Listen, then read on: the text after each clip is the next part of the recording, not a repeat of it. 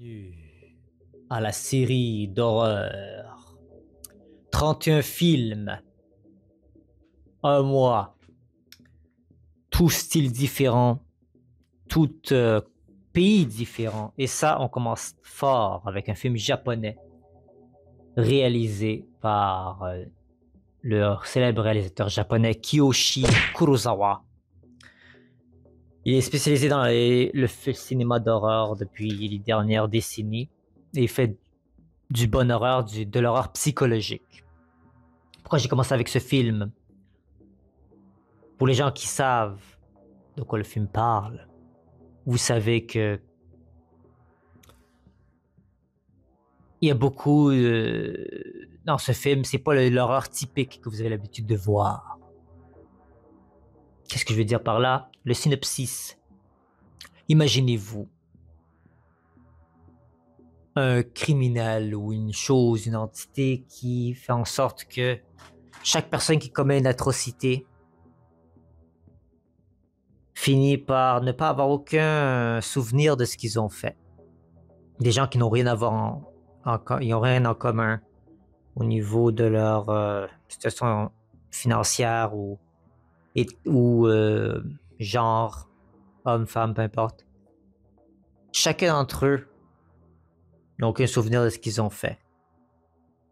Il y a un détective qui est au milieu de tout ça avec un psychiatre, psychologue qui essaie de pouvoir savoir d'où viennent tous ces meurtres qui ont le même motto.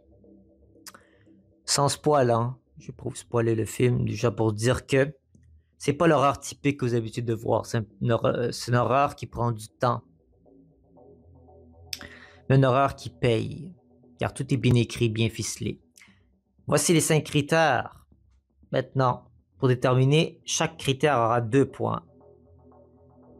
Donc, premier critère, le film a-t-il réussi à effrayer d'une quelconque manière la personne, ma personne? La peur immédiate.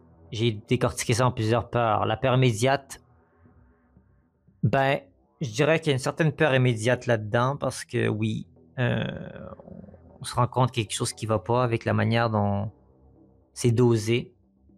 La peur progressive. La peur progressive, c'est ça. Le film parle surtout de la progressivité. On sent comme le personnage principal se faire happer par quelque chose qu'on ne peut expliquer puis qui nous frustre énormément, frustré de notre vie, mais frustré aussi de ne pas avoir de réponse claire. Peur opportuniste. C'est quoi la peur opportuniste? C'est une peur qui arrive à un moment précis dans le film. Ça peut être un jump scare, ça peut être un moment où on ne s'y attend pas ou une réalisation d'effroi. Il y en a dans le film, plusieurs. Peur qui te suit depuis longtemps, c'est-à-dire que si tu finis de voir le film, est-ce que cette peur-là va te suivre dans ta vie personnelle de tous les jours? Je dirais pas nécessairement, mais c'est un film qui te fait définitivement réfléchir et que tu mérites de moins voir 2 fois dans ta vie pour le comprendre une deuxième fois de manière plus concrète. Peut-être que la deuxième fois, tu seras pas autant effrayé, mais tu comprendras plus de choses sur ta vie et sur tout ce que tu es rendu dans celle-ci. Peur de sagesse. Voilà, peur de sagesse, c'est un petit peu ça. C'est une peur qui permet de te grandir en tant qu'individu. Oui, ça fait peur, mais c'est pour une bonne cause. Donc, avec toutes ces peurs-là, j'ai dit que je leur donne un bon 2 sur 2. 2 sur 2. Le film a réussi à m'effrayer, oui. Il est unique dans ce qu'il a fait, donc je leur donne beaucoup de points pour cela. Donc 2 points pour la première critère. Deuxième critère. L'histoire se tenait-elle? Est-ce qu'il y a une crédibilité et cohérence de celle-ci? Oui. Évidemment, il y a une cohésion ici, c'est bien écrit, bien ficelé. La routine suit son cours et finalement on y finit par avoir des conclusions face à qu'est-ce qui s'est passé avec ces crimes et avec cette l'entité ou la chose qui fait cela. Troisième critère. Donc avant ça, je vais vous donner sur 2 points. Oui, la crédibilité et cohérence de celle-ci, je mettrai un 1.5. Il y avait un petit truc peut-être qui j'aurais aimé ça qui soit encore meilleur au niveau de la cohérence. Mais 1.5 sur 2. Donc jusqu'à présent, ça va bien. Troisième critère, un aspect du film. Se ressortir plus qu'un autre? Ou était-il dans l'ensemble un chef-d'œuvre? Ben, l'acting là-dedans est fantastique. On sent aussi l'ambiance. Il y a quelque chose dans ce film-là qui est très très puissant. C'est très calme, très silencieux. Il n'y a pas nécessairement tant de musique ou des choses comme ça. Ça nous laisse vraiment la possibilité d'imprégner l'histoire et les personnages. Donc, ceci étant dit, c'est pas un film d'horreur traditionnel. Donc, je mets quand même un 2 sur 2. Je vais quand même mettre un 2 sur 2 parce qu'il y a l'audacité de l'idée qui n'est pas à l'habitude mise en avant. Donc, bravo pour ça. Quatrième critère. Suis-je d'accord avec la note donnée par IMDb? IMDb donne ce film à 7.5 étoiles sur 10. Est-ce que je suis d'accord? Très d'accord. Je donnais à peu près une note similaire dans le film et on va le découvrir par après. C'est qu'on bien. Donc je suis d'accord avec cette note? Oui. 2 sur 2. Vais-je le revoir de nouveau?